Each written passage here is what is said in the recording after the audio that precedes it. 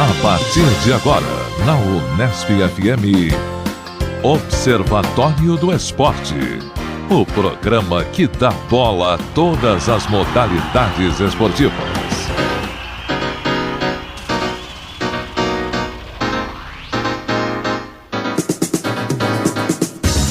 Olá, ouvinte da Unesp FM. Hoje é sábado, 2 de março de 2013. Começa agora o Observatório do Esporte. Eu sou Luiz Moraes. E eu, Júlio Penariol. No Observatório de hoje, informação e análise dos acontecimentos esportivos da semana. Esquentando os motores para a nossa quarta temporada, vamos comentar os principais fatos da mídia esportiva que já foram notícia em 2013. Lembramos a você, ouvintes da Unesp FM, que este é o primeiro Observatório do Esporte do ano, porque somos um projeto de extensão universitária e acompanhamos o calendário de aulas da universidade. Alguns desses fatos você vai acompanhar agora no Observatório do Esporte. Aqui no Observatório, a informação vai além das 4 linhas. Hoje na mesa teremos a participação de Tuca Américo, Zeca Marques, Carlo Napolitano, Júlio Penariol e eu, Luiz Moraes. E vamos aos destaques de cada integrante. Vamos começar agora com os destaques de Zeca Marques. Com você, Zeca. Bom, um grande abraço aos amigos do Observatório do Esporte. Eu vou falar sobre os assuntos mais efervescentes da cena esportiva no Brasil atualmente, que são Libertadores da América, Conmebol e o Esporte Clube Corinthians Paulista. E quem também está no estúdio com a gente aqui é o comentarista Carlo Napolitano. Carlo, o que você preparou pra gente hoje nesse programa de estreia? Olá, amigos da mesa, olá, amigos ouvintes. Falarei um pouco do Palmeiras, que parece que finalmente está montando um time para disputar os campeonatos do ano, e também um pouco da Libertadores, no caso da Avalanche no estádio do Grêmio. Vamos saber também os destaques de Tuca Américo. Bem, saudações amigos da mesa, amigos do Observatório do Esporte. Vamos falar um pouco sobre luta olímpica, futebol na universidade e para brindar meu amigo Zeca Marques, vou falar um pouco sobre vôlei também. Júlio Penariol fazendo sua estreia no Observatório do Esporte. Quais são os destaques aqui? Além da gente comentar um pouco do Corinthians, que o professor Zeca já adiantou aí, tem também o tenista Tomás Bellucci, que começou mais uma vez maravilhosamente mal a sua temporada esse ano. E você, Luiz, qual a sua vai e seu aplauso de hoje? Eu vou vaiar o Luiz Razi, todo o seu imbróglio aí com a Marúcia, não está confirmado, mas já foi confirmado. Depois vou falar mais um pouco sobre isso.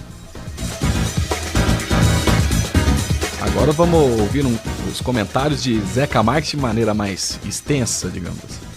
Bom, meu primeiro aplauso vai para o próprio Observatório do Esporte. Eu acho que nós estamos iniciando a 4ª temporada, um programa que teve a sua primeira emissão em maio de 2010.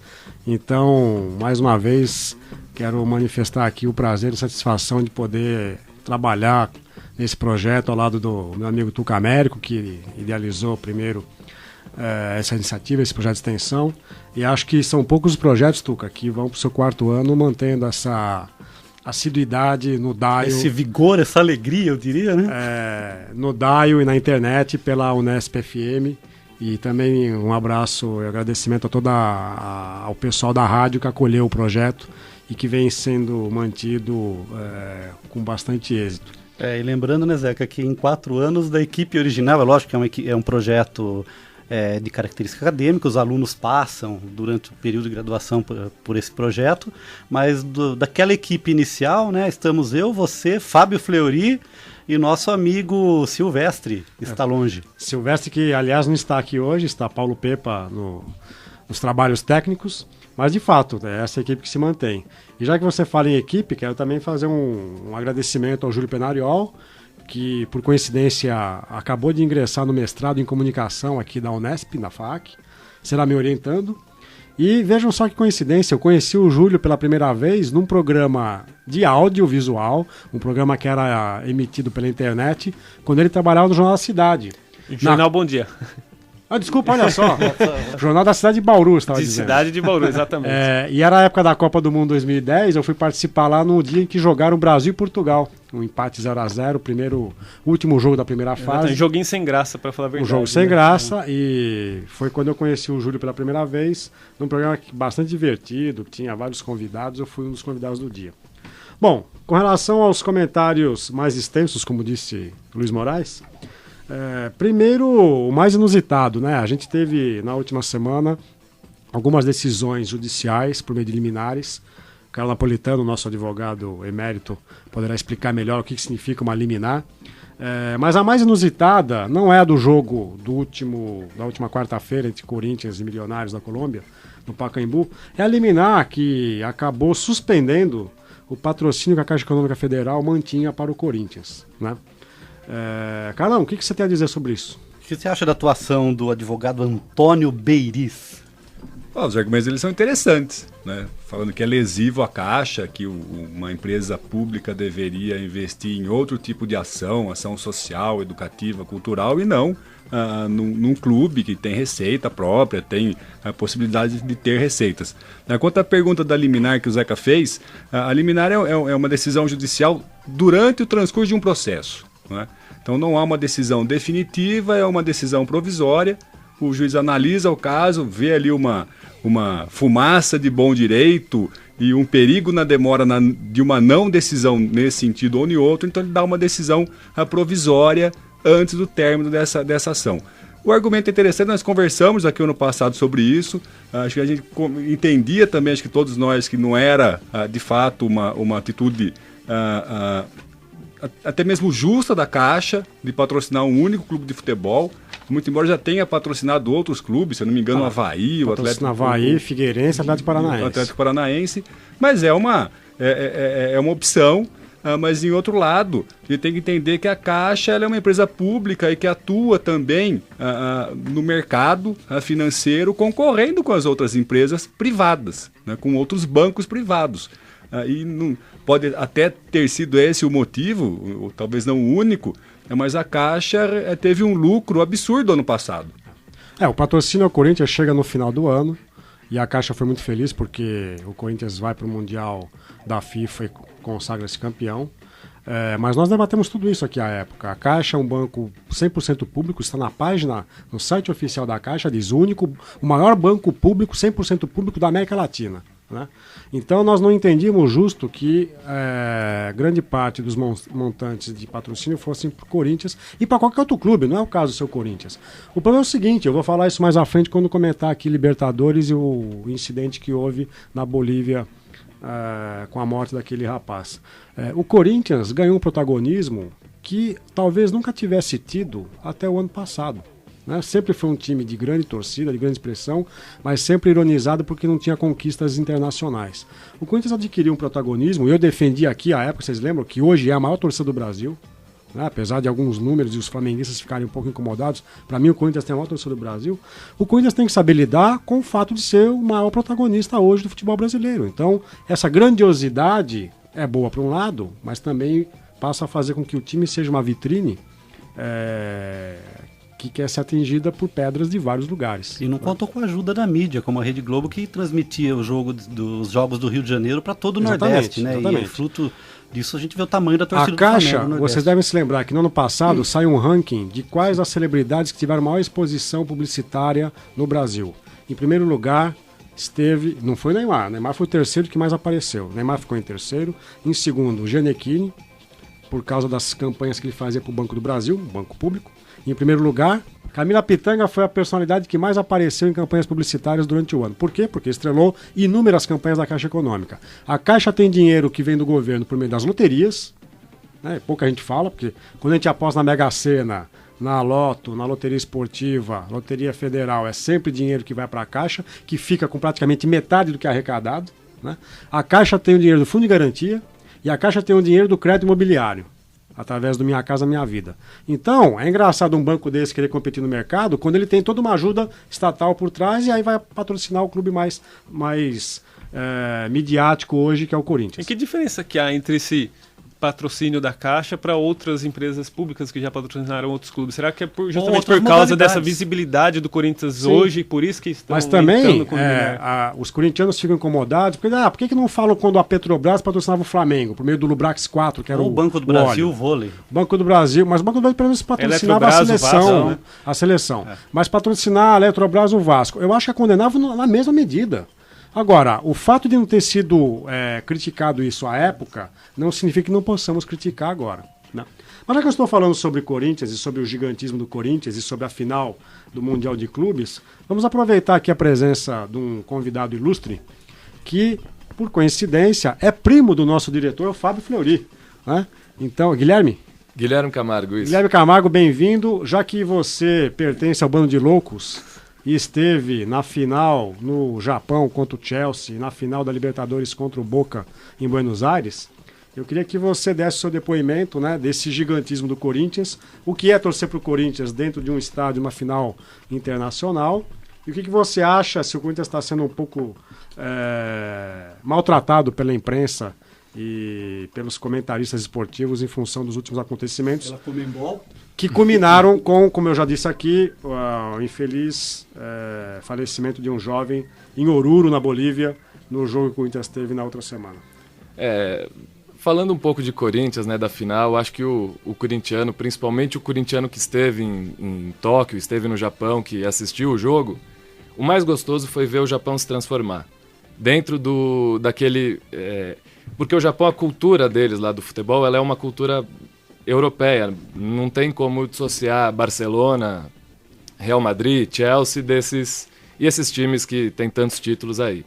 Mas a gente chegou, né, viu um Japão vestido de azul e de repente no último jogo os japoneses vestidos com camisetas do Corinthians, cachecol, gorrinho e gritando e falavam, né, vai Corinthians, e aquela festa. Eu acho que o Corinthians Eles falavam, e aí, mano, ou não? Banzai Corinthians, né? Que eles brincavam muito lá. Então isso foi gostoso. A gente viu o futebol brasileiro mexer com os japoneses e uma cultura muito, muito bacana, rígida até em certos pontos, mas de repente eles começavam a abraçar na rua e vai Corinthians e vamos Corinthians, e foi muito bacana. Com relação ao acontecimento na Bolívia, reprovável, lógico, o comportamento de um torcedor.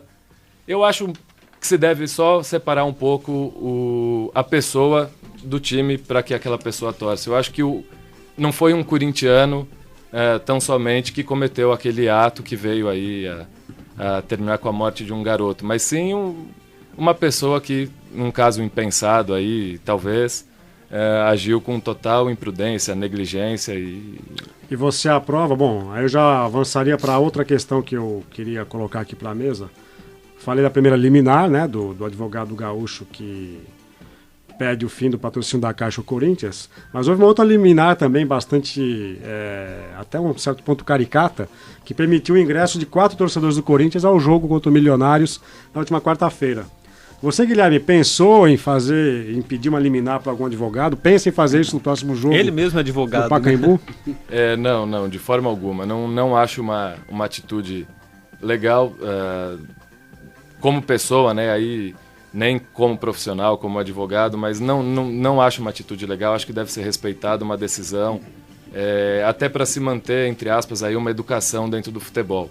Acho que isso pode abrir um precedente que talvez não tenha controle num próximo jogo, num próximo momento.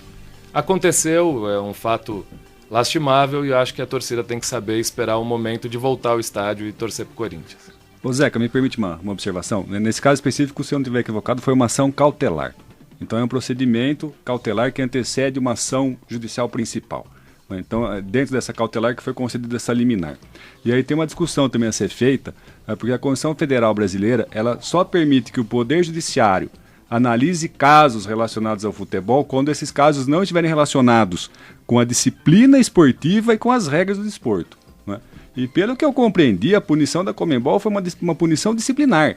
Então, lógico, a gente não viu o processo, não teve acesso aos autos do processo, como se fala no linguajar jurídico, mas me parece que o juiz estadual que concedeu essa liminar numa ação cautelar, ele era incompetente para dar essa decisão. para proferir essa decisão e permitir com que os torcedores ingressassem no Pacaembu. Ele não tinha atribuição, incompetente no sentido de não ter atribuição para proferir essa decisão. E ao fazer isso ele pode sofrer algum tipo de punição, Carmo? Não, o que me ocorre é o seguinte, como os torcedores, no caso, o advogado, terá que apresentar uma ação principal, né, eu fico em dúvida qual é o objeto dessa ação principal que ele vai entrar. Tudo bem, ele alegou ofensa ao Estatuto do Torcedor, ofensa ao Código de Defesa do Consumidor, mas o próprio Corinthians já falou que ia devolver o dinheiro. A questão que eles levantaram, né, o advogado que esteve presente, né, que era um direito de consumidor porque os ingressos tinham sido comprados há 2 meses. Ora, mas quando há o cancelamento de qualquer evento, a pessoa então vai entrar com uma liminar porque tem que entrar naquela arena esportiva se o evento foi cancelado. Aqui não foi cancelado, mas houve uma decisão de uma entidade que sequer está sediada no Brasil, que é uma entidade continental, né, que é a Conmebol. E também concordo com você, quer dizer, fica difícil de entender como é que o juiz tem essa competência de poder legislar sobre um evento que é organizado por uma entidade que não é brasileira, uma entidade continental que congrega os clubes da América do Sul. E se tratando especificamente de uma decisão, de uma punição disciplinar. E o mais interessante é que eu acho que seria interessante eliminar uma ação cautelar, como você disse, se ela tivesse um cunho mais coletivo. Porque me parece um certo arrivismo, 4 torcedores que tiveram dinheiro para fazer isso, né, porque isso não ficou barato. Um deles era advogado, então ele entrou com a ação em causa própria. Seria interessante se houvesse uma ação coletiva que permitisse o ingresso de toda a torcida, né? E nem sei se legalmente como é que isso poderia ser canalizado. Agora, cada um individualmente querer o direito de ingresso, né, pensando individualmente, me parece uma coisa um pouco reprovável, né? E aí ficou aquela cena caricata, 4 torcedores, né? Você acha que o juiz é corintiano, Carlos?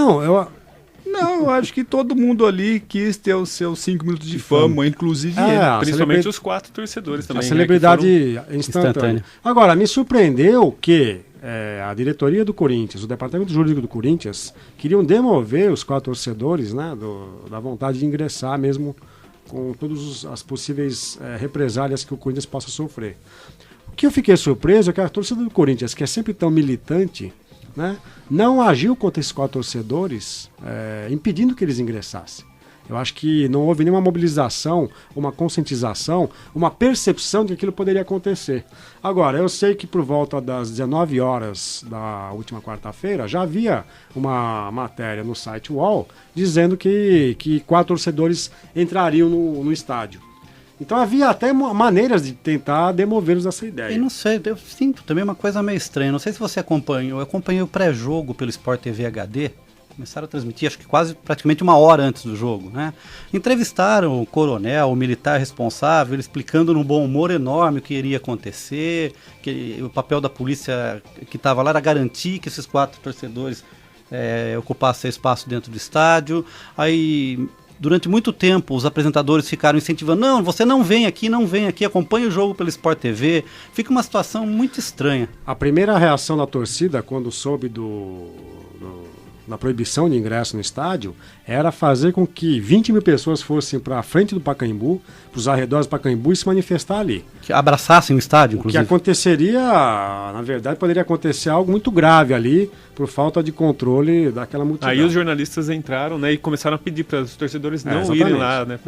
Agora, passando agora das ações cautelares, por fato que antecedeu tudo isso, né, a morte do rapaz lá em Oruro, me estranha muito o fato de que o torcedor que foi apresentado como autor da ação, né, há dúvidas ainda, muita gente tem dúvidas se o menino que foi apresentado é de fato autor da ação, mas vamos partir do princípio que seja.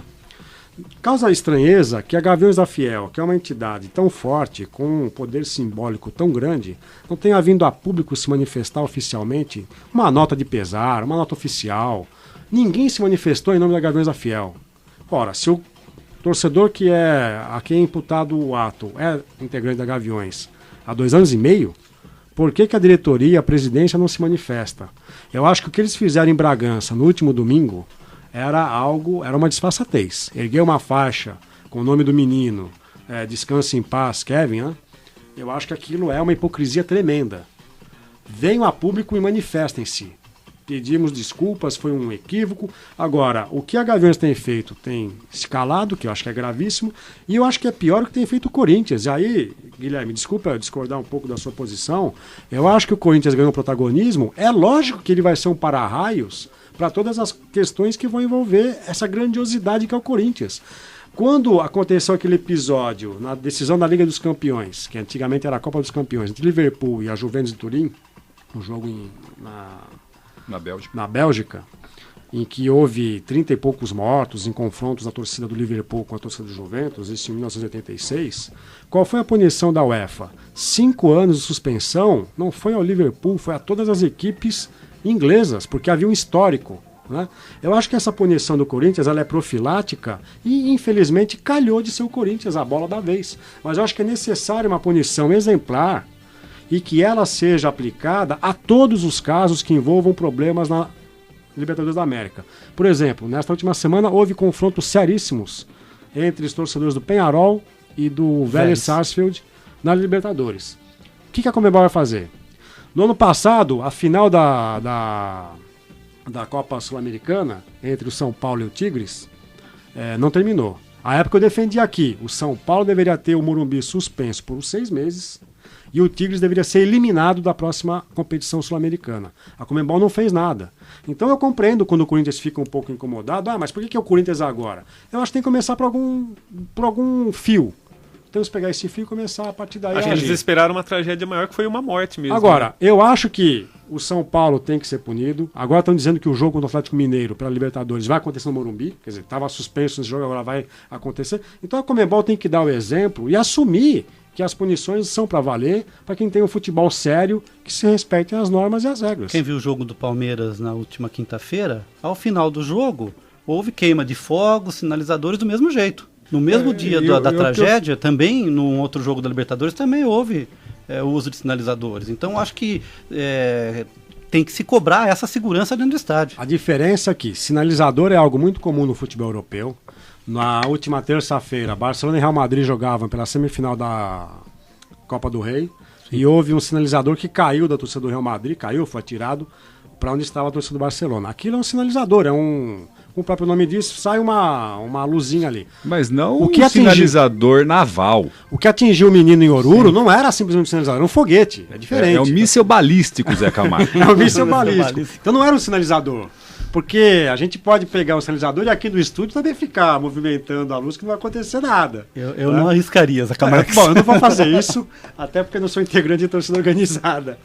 Mas enfim, só para terminar aqui as minhas considerações iniciais. O Corinthians também, para mim, tem tido uma postura, a sua diretoria, muito estranha, muito ambígua. Né? Vem o homem do marketing a público, falar algumas barbaridades. O Corinthians deveria se solidarizar, assim como foi feito por um jogador, o lateral esquerdo do Corinthians, como é que é o nome dele? Fábio Santos. Fábio Santos falou no dia seguinte, concordo com a punição. Quer dizer, uma das poucas vozes ali coerentes. O Corinthians, obviamente, não está preocupado se vai se classificar ou não, porque vai se classificar com folga. Não vai precisar de torcida nos jogos para se classificar, vai se classificar com folga. Qual que é o problema do Corinthians? É o prejuízo. Né? Números dão conta que são 3 milhões por jogo que o Corinthians deixa de arrecadar. Prejuízo generalizado, né? Para o Corinthians, para a Conmebol, para todos. Zeca, você está falando da superexposição do Corinthians. Eu queria abrir uma nota de rodapé aqui numa matéria veiculada na última quinta-feira no portal Lance, que enquanto o Corinthians tem uma superexposição, o Botafogo e seu patrocinador estão reclamando, porque eles não tiveram nenhum jogo transmitido na TV aberta pela Taça Guanabara. Então, para você ver tanta exposição para um e nenhuma para poucos, né? Para muitos. Ô Zeca, mas a questão do Corinthians se classificar com folga me preocupou quando esse jovem, 17 anos, assumiu a responsabilidade. Porque eu fiquei pensando, e se o Corinthians não se classifica? E talvez a integridade física dele esteja em jogo. E até desses torcedores que compareceram ao Pacaembu na quarta-feira, se o Corinthians for punido mais severamente, porque houve um desrespeito a uma decisão da Conmebol. Aí seria interessante ver como é que a nação corintiana vai reagir diante de uma ação que está muito relacionada a uma torcida organizada, que é a principal do Corinthians. A gente sabe que as organizadas têm um poder de força, né, um poder quase paramilitar, que assusta qualquer torcedor comum, fora do estádio e dentro do estádio. Agora seria interessante, é algo a nos perguntarmos e esperarmos que possa acontecer caso o Corinthians seja eliminado. Quer dizer, o coitado do torcedor e a torcida, a respectiva torcida, serão culpabilizadas? Não sei, acho que é interessante a gente esperar. Mas eu acho que o Corinthians se classifica, viu, Carlão? Acho que não tem grandes problemas. E uma outra coisa também a respeito da Gaviões da Fiel. O Estado de São Paulo, através do Ministério Público Estadual, já baniu, na década de 90, 2 torcidas. E, no meu modo de ver, não teve coragem de mexer com a Gaviões. Talvez seja agora a hora de fazer a mesma ação que fez com a Independente e com a Mancha Verde. Ou seja, proibir, pelo menos que eles entrem no estádio vestido com camisa da Gaviões. Pode camisa do Corinthians, do time, menos a identificação de uma torcida organizada. O poder das torcidas é tão grande que, vejam, na frente de qualquer estádio do Brasil, a gente consegue comprar camisas piratas dos clubes. Então, se a gente for à frente do Pacaembu, a gente vai comprar as camisas do Corinthians, do Palmeiras. Vocês conseguem comprar camisas piratas de torcidas organizadas? Não existe, porque eles têm um poder de fogo e de militância tão grande que se algum camelô aparecer com uma camisa pirata a Gaviões da Fiel, ele é surrado em frente ao Pacaembu. Deixa eu fazer mais um relato para a gente perceber um pouco de como a torcida organizada influencia um clube. Em janeiro eu fui até o Guarujá, onde estava chovendo, eu fiz uma visita na Vila Belmiro. E na visita monitorada pela responsável pela visita, ela informava em que setor do estádio as torcidas organizadas do Santos ficariam, ou ficam. Ali fica jovem, aqui fica tal. Quer dizer, o estádio da Vila Belmiro está demarcado para as torcidas organizadas. Eu perguntei, se eu quiser ver assistir um jogo, mas está tudo reservado já, eu vou assistir aonde? Minha preocupação é que a gente não chegou nem perto do poder que tem as barra bravas argentinas, porque se a gente chegar nesse ponto de eleger governador, eleger deputados, garantir todo o comércio e venda de camisas, ingressos, é um início o que a gente vê aqui. Bom, passando um pouco de time agora, o Carlos comentou do grande Palmeiras dele na escalada aqui. Ele falou que tá feliz que o Palmeiras tá montando um time. Eu queria que ele explicasse pra gente que time é esse que o Palmeiras tá montando. Tô curioso com essa explicação. Até agora só falamos de tragédia, né? De ação na justiça, de judicialização você vai falar do esporte. Palmeiras, Vai falar do Palmeiras. Não, pra tornar o programa mais agradável, né? Mais animado. Né? Não, o que me chamou a atenção foi essa tentativa da nova diretoria de montar uma equipe. Né? O Palmeiras ano passado não tinha time, não tinha uma equipe. Né? O primeiro treino que o Palmeiras fez nesse ano tinha 19 jogadores em campo. Você precisou chamar o massagista, o preparador físico, o roupeiro para compor um time reserva para fazer um coletivo. Né? E agora essa ideia da nova diretoria de trocar jogadores, um jogador por vários, eu acho que está dando certo. Né? Trocar o Barcos por 5 gremistas, trocar o Luan por 2 cruzeirenses. Que não quis vir, Carlão? Como é que é isso? Explica isso pra gente. O tal do Moreno lá, né? O Marcelo Moreno, né? Que o pai dele, né, falou assim, se for pra sair do Grêmio, ou vai pra Europa, um time melhor ou pra um time igual. Não vai pro Inter, mas não vai pro Palmeiras. Não vai pra Timeco, Nem não. o Marco Antônio, o volante, não quis ir pro Palmeiras. Não, mas o Marco Antônio foi opção do Vanderlei Luxemburgo, ele não liberou o Marco Antônio. E o pai do Marcelo Moreno lançou essa semana outra pérola. Que ele falou que quando o Marcelo Moreno chegou no Grêmio, o Grêmio era um timinho. E agora, Marcelo Moreno nem no time reserva tá. Então pode estar saindo. Que o Grêmio conseguiu com o Marcelo Moreno? É essa a questão, né? Porque se ele era um timinho, ele continua um timinho. Então. Marco Antônio que você citou, Júlio, Marco Antônio campeão da Série B pela Portuguesa. Exatamente, o craque do seu time. Mas ele não era volante, ele era um meia armador. Um volante mas meia. No time do Grêmio hoje, ele é segundo volante. Faz uma bela dupla com outro ex-Lusa, que é o Zé Roberto. Né? Mas olha, observar que o pai do Marcelo Moreno é o agente dele, né? É o empresário dele. Sempre que tem pai cuidando da vida do filho no esporte, sempre dá problema, Carlão. Porque, vejam, o Barrichello durante muito tempo teve a vida pautada pelo seu Rubão, né, o pai dele. E deu no que deu. Né? Eu já citei isso aqui. Ele deixou de ir para a Ferrari porque tinha um patrocínio com a Arisco. E teria que perder o patrocinador para ir para a Ferrari muito antes de chegar quando estava lá o Michael Schumacher. Ferrari, com a McLaren, ele perdeu a chance de negociar com a McLaren também, na época, 95, ali 96. Outro caso também, né, de pai com filho na Fórmula 1 é o Lewis Hamilton e o Anthony Hamilton, que os dois brigaram feio, né? Um ficar saindo xingando o outro na imprensa. E o pai do Marcelo Moreno, né, por curiosidade, já jogou no Palmeiras. Então, só que ele ele sabe o que ele tá falando. Ele sabe o que tá falando. Sabe o tamanho da bucha. Tá certo. Não, mas aí, como torcedor, eu proporia para a diretoria do Palmeiras trocar o Valdívia, não é? Eu trocaria o Valdívia aí por alguns chilenos, né? O Tuca sugeriu uma caixa de bons vinhos chilenos, talvez seja uma boa ideia, né? Já que os italianos gostam bastante de vinho, eles teriam vinho para apreciar na macarronada e aí por diante. Bem, o ouvinte que não tem a imagem do nosso programa, nota que o Carlo Napolitano é extremamente palmeirense, a ponto de que nós podemos comprovar aqui que o microfone do Carlo é verde e o volume da Constituição do Brasil que ele trouxe aqui para consulta também é verde. Já que a gente falou do Grêmio, eu também queria fazer um comentário ligado a Libertadores. Aquela história que teve no começo do ano da avalanche dos gremistas, e talvez o Luiz possa comentar. Pelo que eu entendi, pelo que eu li na imprensa, o Grêmio preservou uma suposta tradição da torcida de fazer aquela avalanche num estádio moderníssimo, no estádio de primeiro mundo, no estádio que talvez possa eventualmente até receber jogos da Copa se o Beira-Rio não ficar pronto, e pelo jeito não vai ficar, talvez o Zeca vá falar um pouco sobre isso ainda, não é? Não se colocou cadeiras no estádio, ou seja, você vai assistir um jogo de futebol num dos estádios mais modernos do Brasil, você tem que ficar em pé. Tem geral. Tem geral.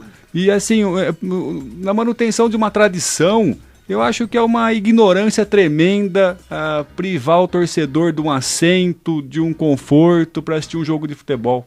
Eu acho que o único ponto positivo que tem de preservar a geral é o ingresso mais barato que eles dizem. E comportar mais pessoas. Eu acho que se a torcida quer ir lá, a geral do Grêmio, né, como se intitula, mas apesar que não são uma torcida organizada, né, entre aspas, mas se eles querem ir lá, assistir o jogo lá e fazer a avalanche... aí seria uma opção deles, né?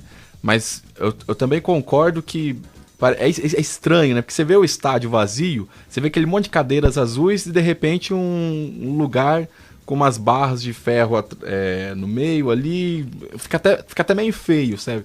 Assim, olhando por cima. Enfeiou o estádio, com certeza. E deu todo esse problema de segurança, né? Agora tiveram que fazer o habite-se, né, no estádio, foi reprovado, só que agora eles estão já resolvendo os problemas, esperam resolver até semana que vem, porque o Grêmio joga na terça-feira na Arena contra o Caracas.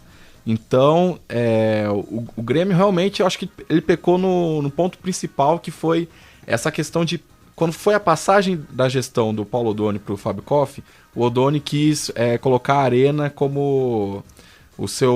sua cereja do bolo ali da sua gestão, apesar que era um bolo bem pequenininho, no máximo um campeonato gaúcho ali. E inaugurou às pressas, só ver o gramado no jogo de abertura, dia 8 de dezembro, estava numa condição deplorável. A piada que se fazia que não era Arena Grêmio, era Areia Grêmio. Exatamente. Eu queria fazer uns comentários sobre isso. Há muita gente que à época veio comentar, Carlão, dizendo que o futebol brasileiro estava perdendo a graça, porque nos estádios não se podia mais ter manifestações espontâneas do torcedor, e lembravam muito do que aconteceu com o Maracanã, que também extinguiu a geral, para que os torcedores, segundo as fontes oficiais, tivessem mais conforto, etc. Eu acho que a gente tem que levar em conta as duas questões. Eu acho que se o Grêmio opta por fazer um estádio com os padrões FIFA, tem que ter cadeira. Então a torcida tem que esquecer que a avalanche, que aliás não é nem uma tradição tão velha, é uma tradição de 5, 6 anos. Não é uma tradição tão tradicional. Não é tão tradicional. E mais uma vez, uma tradição que é uma cópia mal feita do que se faz na torcida no futebol argentino. Sim. Agora, no futebol argentino há avalanche, por quê? Porque os torcedores descem uma arquibancada, degraus mais curtos, e vão se deparar com uma grade. Não tem fosso, não tem lugar para onde cair. E nos estádios argentinos que a gente conheceu, né, Zeca, atrás do gol são degraus muito mais largos. Exatamente. E um espaço muito pequeno. Não, o máximo que pode acontecer é algum torcedor ficar prensado na grade, mas ninguém vai cair. O que pode ser grave também. Claro. A gente já teve casos na Inglaterra de mortes porque torcedores ficavam prensados porque houve superlotação. Não é o caso da avalanche. Agora, fazer avalanche com força eu sempre achei temerário. Eu achava que qualquer dia no Olímpico aquele muro iria ceder. Né? O novo estádio, como o Luiz disse, foi feito às pressas, não pertence ao Grêmio, pertence à empreiteira. A empreiteira tem 30 anos de uso do estádio, então o Grêmio rifou o direito de jogar na sua casa para jogar numa casa como se ele fosse um locatário, um inquilino, né? E o Grêmio tem que decidir se vai atender a torcida ou se vai atender os padrões do futebol internacional. Carlão teve a oportunidade, né, o prazer de assistir comigo um jogo entre Benfica e Marítimo no Estádio da Luz. Um estádio que tem assentos em todos os lugares, né? E a torcida organizada do Benfica ficava em pé. O Carlão deve se lembrar que ela ficava em pé atrás dos gols. A torcida que inclusive ficou proibida de colocar a faixa que é a No Name Boys. Então, as organizadas sempre vão preferir um tipo de manifestação que é quando os estádios não tinham assentos, até os anos 80, né? A questão é, o que nós queremos? Estádios com conforto e fazer com que ir a um jogo seja um espetáculo em que eu tenho conforto, como se eu fosse ao teatro, ao cinema, a qualquer outro tipo de espetáculo, ou se a gente vai querer comportamentos que a gente tinha até, no caso do Brasil, até a década passada. Mas mesmo em bons estádios pode ter um espetáculo bonito, como foi o jogo do Fluminense na semana retrasada contra o Grêmio. Cheio de bandeiras, bandeirolas, o estádio todo tricolor, estava bonito. E todo mundo sentado, todo mundo comportado. Engenhão? No Engenhão. Além de conforto, acho que é mesmo uma questão de segurança, porque ali ficou provado que não só a avalanche, mas se tivesse acontecido um caso de que os torcedores precisassem fugir rapidamente no estádio, o estádio mostrou que não tem capacidade para segurar os torcedores, que ele não tem estrutura física mesmo para aguentar. E muitos torcedores conseguiram se segurar na parte de vidro que ficava depois da grade e conseguiram se sustentar ali e não caíram. Se não houvesse aquela grade de vidro atrás da grade que separava a arquibancada do campo, a tragédia poderia ser maior, poderia haver ali graves lesões e fraturas dos torcedores que queriam cair. E só para fechar, quando fez o planejamento da arena, essa parte da geral ela é diferente do Olímpico. O Globo Esporte mostrou até várias reportagens no site comparando, né, o ângulo, o tamanho do degrau, e ali mostra que é projetado mais para ter cadeira do que para ter pessoas em pé. Então acho que isso já deixa bem claro que o Grêmio projetou um estádio, na verdade o Grêmio não, a OAS, que é a empresa holandesa que construiu o estádio, projetou para um padrão FIFA, mas daí eles queriam colocar a geral e fizeram de última hora. Então acabaram meio que atropelando tudo. O Luiz também disse uma coisa bastante interessante, né? O presidente Odoni, ele quis ser o homem de obras e queria inaugurar a obra no seu mandato. Eu acho que o Grêmio quis fazer esse estádio a toque de caixa com uma bravata por ter sido preterido pela FIFA, pelo comitê organizador local, no fato de não ser sede da Copa em Porto Alegre. A escolha ficou com o Beira-Rio. E aí a grande bravata foi essa: olha, vocês estão aí tentando reformar o estádio, nós já estamos com o nosso pronto. De fato, o estádio do Grêmio ficou pronto em tempo recorde, né? E como o Carlão disse, vamos ver se o Beira-Rio vai ficar pronto, né? Não sabemos ainda. Vamos agora ouvir os comentários de Tuca Américo. Bem, vamos lá, continuando aqui então, né? Então, o primeiro comentário é um comentário um pouco jabá, né? Vamos falar um pouco da gente mesmo. Uma matéria que foi publicada no último dia 25, que dia que foi dia 25 da semana? Segunda-feira. Terça-feira, na última terça-feira. Segunda ou terça-feira? Mas tudo bem, vai segunda ou terça-feira no portal do Estadão, que é uma matéria sobre futebol na universidade. Lá são descritos os grupos acadêmicos, os grupos de pesquisa que são registrados no Conselho Nacional de Pesquisa, o CNPq, e é com muito orgulho que nós estamos entre os 9 grupos brasileiros que desenvolvem esse tipo de pesquisa, de estudo no meio acadêmico. E, para nossa surpresa... Os 9 criados nos últimos anos. E dentro desses 9, né, Zeca, eu fiquei muito contente que eu não tinha esse dado também, né, que o nosso é o segundo mais antigo, que foi criado em 2005. A gente só perde, entre aspas, para o grupo da Unicamp, que é o Grupo de Estudos e Pesquisa de Futebol, que foi criado em 2001. Inclusive Zeca Marques faz parte dessa matéria, tem lá seu nome citado, um depoimento do Zeca, e então parabéns pra gente. Eu acho que é uma vitória, né? Um tema, um assunto que sempre foi meio desprezado no meio acadêmico. E parabéns a Sandra Turtelli, que criou o grupo, professora do Departamento de Ciências Humanas, que criou esse grupo e foi pioneira na Unesp, né? Em qualquer campus da Unesp foi pioneira em criar um grupo que pudesse debater o esporte e a comunicação. E dentro das pessoas que participaram do Observatório do Esporte, ainda participam de certa forma, um abraço para Piri Borzilo, que é uma sócia com título remido, né? Nossa decana, que participou da fundação do GCF. Então fica esse pequeno jabá para o nosso próprio grupo, o GCF, o Grupo de Comunicação Esportiva e Futebol aqui da Unesp de Bauru. Bem, meu primeiro destaque vai para uma notícia que foi veiculada há um certo tempo já, mas como hoje é o primeiro programa, né? Na verdade é uma notícia do dia 15 de fevereiro, que foi publicado no portal UOL, que o Comitê Olímpico Internacional pretende acabar com a modalidade esportiva da luta olímpica, né, a partir do ano 2020.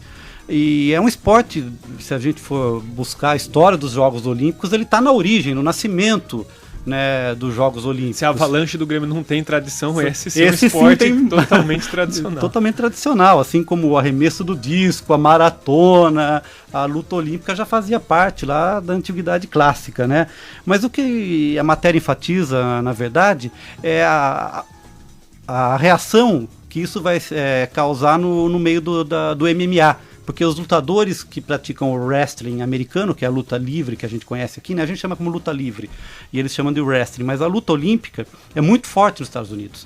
E o que se entende como cenário futuro que vai ter uma migração muito forte dos lutadores de wrestling para o MMA. E qual seria o impacto disso? Seria um fortalecimento dos americanos no MMA, que é o território dominado hoje, entre aspas, pelos brasileiros. Eu fiquei surpreso na última Olimpíada de Londres, Tuca, no ano passado, porque quando eu assistia às lutas de luta olímpica, eu via muitas semelhanças com o que a gente assiste hoje no MMA. Sim, inclusive a matéria cita que antes do domínio do jiu-jitsu, né, o fundamento do MMA está na luta olímpica, que são os jogos de corpo, como você se levantar, como cair. Então ele também está na base do MMA. É muito semelhante, extremamente violento. Eu fiquei assustado com algumas lutas que eu vi. O que a gente não entende dessa decisão do COI, né? O COI tem número limite de modalidades. Ele faz essa clivagem dependendo de países afiliados que mantêm atividade, tem que estar distribuído em vários continentes, número de filiados, praticantes. O que não dá para entender é o que está por trás dessa decisão. É para colocar o MMA futuramente numa Olimpíada? Não sabemos. Eu não sei se é o MMA, se é uma forma de você ter um controle maior no número, na distribuição das medalhas, porque é um esporte que distribui muitas medalhas. Talvez ele não seja, embora seja tradicional, não seja tão popular dentre as modalidades olímpicas. Eu acho que a gente precisaria dar uma pesquisada melhor, mas acho que se buscar deve ter inúmeras razões. E a gente nota também que o COI está querendo, entre aspas, dar uma modernizada nos Jogos Olímpicos, trazendo esportes mais populares. E assim como os americanos defendem o wrestling, né, nós defendemos aqui, por exemplo, o futebol de salão, né, que já é uma modalidade expressiva em nível mundial. Tá? Então fica aí esse registro. Ok? Bem, para o Zeca não dizer que eu não falei de flores, né? Vou aqui partir para o meu lado. Né? Você vai falar de belas flores. Falar de belas flores. Ou de espinhos. O Zeca já deu seu pitaquinho da Portuguesa, Carlão falou bastante. Falei nada do da Portuguesa. Claro que falou do atacante que jogava no Sul. Aí, o volante. Armador. Armador. Mas lembrou da Portuguesa, ele sempre lembra da Portuguesa, né? Então eu não vou deixar a bola do vôlei cair, não. Vou defender de peixinho. Não, só uma questão estratégica, né? Peixinho ou de manchete? Não, aqui de peixinho. Vamos de peixinho porque a bola foi jogada bem. Mas existe peixinho no vôlei? Claro. Mas é copiado do futebol, né? Não. É uma boa pergunta, acho que dá uma bela matéria, né? Quem criou o peixinho, né? Surgiu o peixinho. Você sabe que o gol do peixinho é do parente do Jefferson Goulart, nosso amigo aqui do Departamento de Ciências Humanas. Foi o tio dele que inaugurou a expressão marcando o gol de peixinho no Morumbi. Que ano que foi isso? Na inauguração do Morumbi, 1960 e pouco, não lembro qual que é. Então vai ser por aí, porque o peixinho no vôlei foi criado pela seleção japonesa que ganhou as Olimpíadas de 72, mas a seleção foi criada na década de 60. O gol de peixinho, para quem não sabe, é quando o jogador pula de cabeça na horizontal, como se fosse um peixe, né, que nada pela água. É um gol feito com a cabeça quando ele se atira para frente na horizontal, rente ao chão, marcando um gol que, por ter sido feito pelo peixinho, ficou caracterizado como o gol de peixinho, né? O gol do peixinho agora é o gol de peixinho. E no vôlei, o peixinho ou mergulho, que vem um termo francês, os franceses chamam de plongée, né? Que acho que faz mais sentido, porque de fato você faz o mergulho. Pulando na água. Mas no Brasil virou peixinho, né? É uma defesa muito similar em que você vai buscar uma bola muito distante com uma mão, né, estendida, você bate nessa bola e mergulha deslizando de peito. E é fácil lembrar a comemoração da seleção brasileira quando vence uma Liga Mundial, Jogos Olímpicos, todo o time comandado pelo Escadinha, pelo Serginho, realiza aquele peixinho. Mas vamos lá, qual que seria a notícia então, né? Eu acho que é uma notícia simples da seleção brasileira de vôlei, sob o comando do Zé Roberto Guimarães, que ele no planejamento de 2013, ele não convocará Jaqueline, Sheila e Fabiana. Então vai dar um ano sabático, elas jogarão só pelos clubes, mas é um planejamento visando já os Jogos Olímpicos, em que esse ano 2013 ele vai usar para colocar à prova em disputas internacionais os novos talentos do vôlei feminino.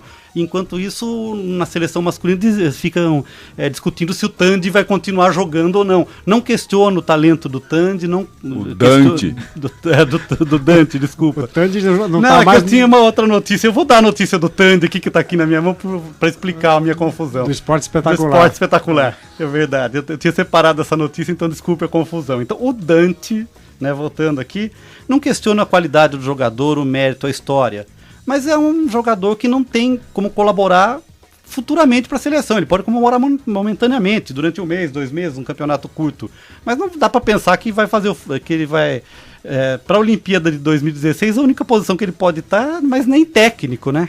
Nem técnico ele tem condições de participar. Auxiliar. Talvez auxiliar técnico, tá ok? Então eu acho que é interessante esse posicionamento do Zé Roberto, que mostra um planejamento, uma preocupação já visando os Jogos Olímpicos em 2016 no Brasil, coisa que eu não vi na seleção masculina ainda, em que a panela do Bernardo está borbulhando ainda. Mas eu não vou mais assistir jogos da seleção feminina, porque sem Sheila, sem Jaqueline, não tem mais interesse em ver. Você precisa primeiro ver a nova geração, Zé Camargo. É verdade. Por falar em nova geração, acho que um grande problema que as duas seleções de vôlei brasileiras, principalmente a feminina, vão enfrentar é justamente essa invasão de jogadoras estrangeiras. Se você pegar hoje as estatísticas da Superliga, as maiores pontuadoras, principalmente no vôlei feminino, são jogadoras estrangeiras. Tem cubana, tem búlgara, tem norte-americana. E hoje a renovação de atacantes para o Zé Roberto está complicada. Mas de um lado eu acho que isso tem um papel determinante, como a gente vê no basquete, né? Que essa vinda de talentos do exterior acaba elevando o nível do campeonato e criando, eu acho que a intenção é essa, a gente tem que pensar no longo prazo, que nem no médio, que no longo prazo a gente tem um desenvolvimento maior do esporte. Essas atletas de vôlei, elas têm proeminência nas suas seleções? Sim. Então, é o que não acontece com o basquete, porque quem vem pra cá... O refugo. É quem não teve chance na mas sua... Mas tudo bem, mas a gente origem. nota que houve uma elevação do nível dos campeonatos. Né? Então acho que a questão é essa, lá é o refugo, mas as jogadoras do leste europeu e de Cuba que estão jogando no Brasil, mesmo da América Latina, que o Brasil é o mercado principal, tirando o Giba, que foi para a Argentina finalizar a carreira. Eu falei isso, Tuca, porque uma coisa é você ter Lucas e Thiago Silva na Liga Francesa, que são jogadores de seleção brasileira. Sim. Outra coisa é você ter o Dentinho jogando na Ucrânia, que não é da seleção, é um jogador que possivelmente não fará a história do futebol brasileiro. Né? Mas o que eu acho importante é que a gente recuperou esses talentos, né? Não, acho importante a presença de estrangeiros aqui. E os próprios brasileiros que estavam fora do Brasil estão voltando. Eu até acho que seria interessante se houvesse mais estrangeiros no futebol brasileiro e mais técnicos estrangeiros. Sim. O que a gente nota hoje é que, por exemplo, no caso do futebol, é que o Brasil, enfim, virou um mercado para os jogadores latino-americanos. Né? Então é uma coisa. Técnicos é uma coisa. Técnicos estrangeiros tem bastante, pelo menos no vôlei e no basquete. Bastante não, mas muito mais no futebol. No futebol realmente futebol, é o que falta. O mercado é fechado, né? Acho que isso faz falta ainda um pouco. Nos anos 50 e 60 era muito comum técnicos estrangeiros e hoje a gente não vê mais. Deixa eu justificar então minha confusão entre Tandy e Dante, né? É um anagrama, Tucano. É um anagrama, verdade. Eu tinha separado uma nota aqui, né?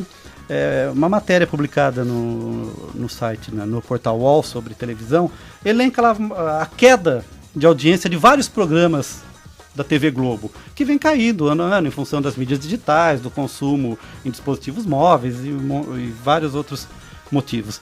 Mas o líder em queda de audiência foi o Esporte Espetacular das manhãs de domingo, que teve uma queda de 2011 para 2012 de 16% na sua audiência. E a Globo identificou o culpado, né? Ela culpa o Tandy.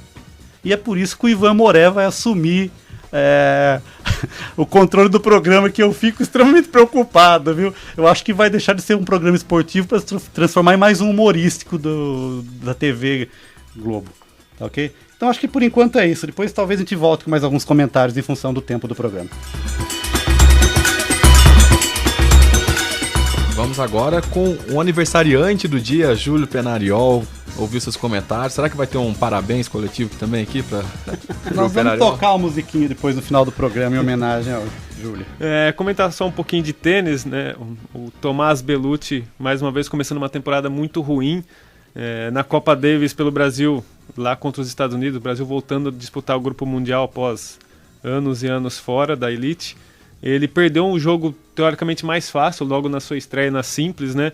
Que se ele tivesse ganhado aquele jogo, o Brasil teria grandes chances de passar pelos Estados Unidos, que seria um tremendo feito. Mas tá certo que ele ganhou depois do segundo jogo dele de Simples, uma partida muito suada, que ele batalhou bastante, mas se ele tivesse cumprido o papel dele pela primeira vez, o Brasil teria grandes chances de passar pelos Estados Unidos.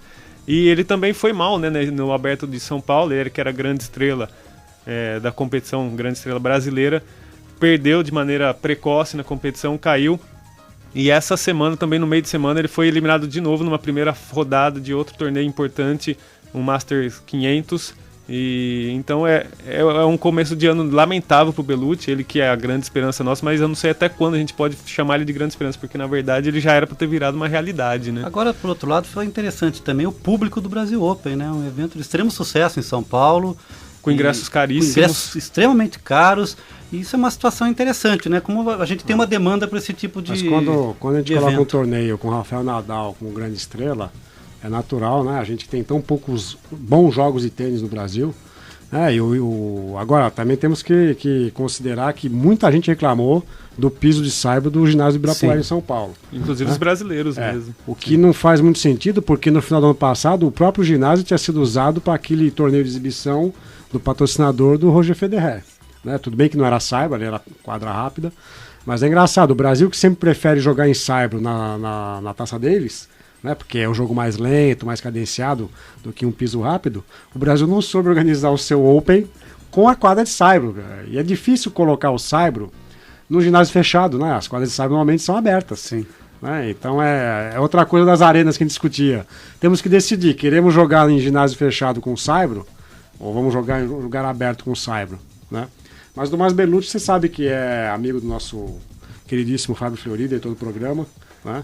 Fábio Fleury que defende o nome de Bellucci, mas cada vez mais ele tem poucos argumentos para continuar com a sua defesa. Só fazer uma referência, o Júlio está aqui, né? Devemos também mandar um salve, né? Um abraço a João Paulo Benini, que agora milita na capital paulista. Como assessor de imprensa. João Paulo Benini, que graduou-se em jornalismo aqui na FAC, Unesp, no ano passado. E no lugar de um corintiano, nós estamos lutando pela diversidade. Chega um São Paulino. Sem duplo sentido essa diversidade.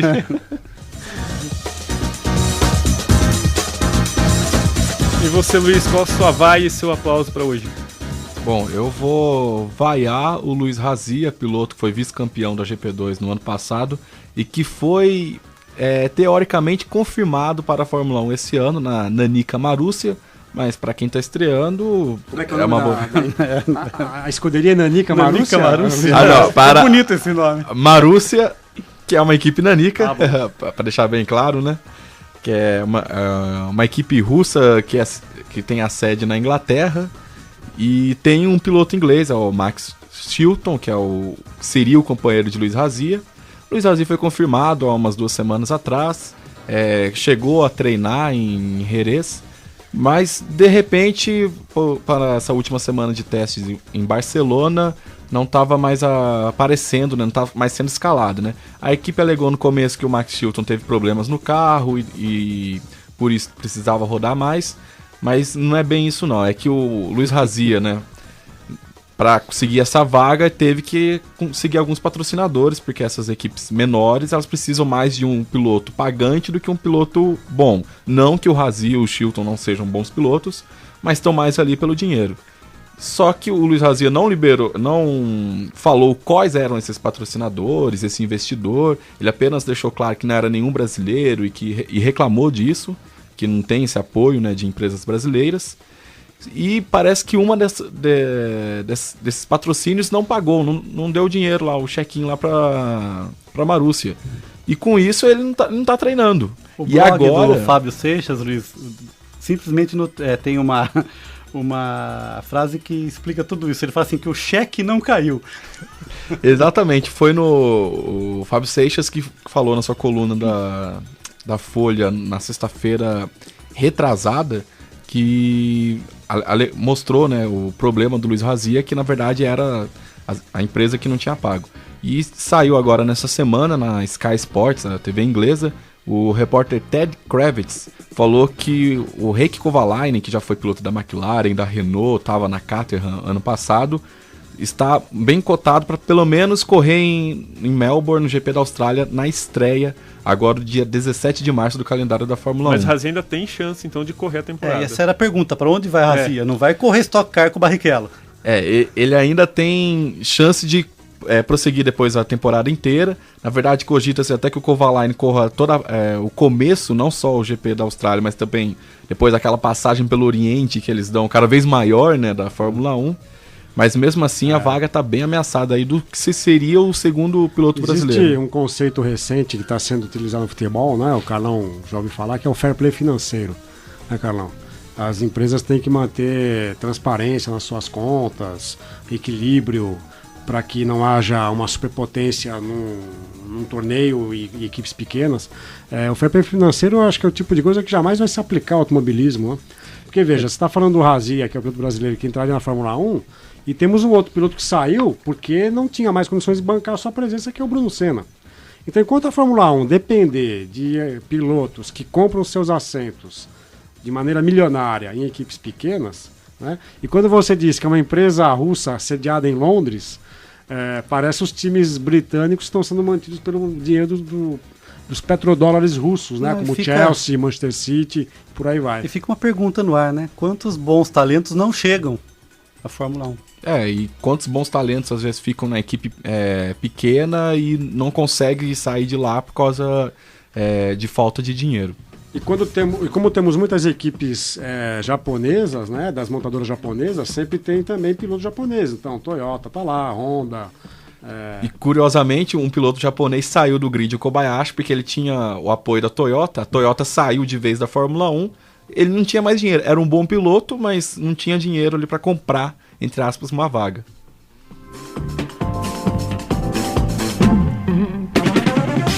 Você, ouvinte do programa que acessa as redes sociais, você pode curtir nossa página no Facebook. O endereço é www.facebook.com/Observatório do Esporte. Repetindo, o endereço da nossa página é www.facebook.com/Observatório do Esporte. Acesse também o blog do nosso programa. O endereço é www.observatoriodoesporteunesp.blogspot.com. Repetindo, www.observatoriodoesporteunesp.blogspot.com.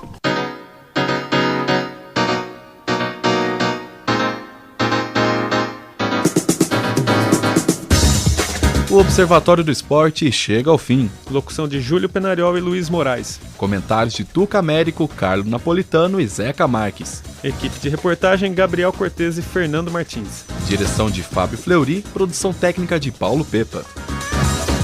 O Observatório do Esporte é um projeto de extensão universitária financiado pelo PROEX, a Pró-Reitoria de Extensão da Unesp. O observatório é coordenado pelos professores doutores Marcos Américo, José Carlos Marques e Carlo Napolitano. Até a próxima semana.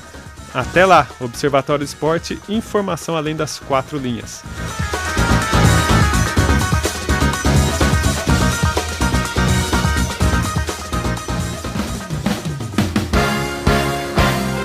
A Unesp FM apresentou Observatório do Esporte, o programa que dá bola a todas as modalidades esportivas.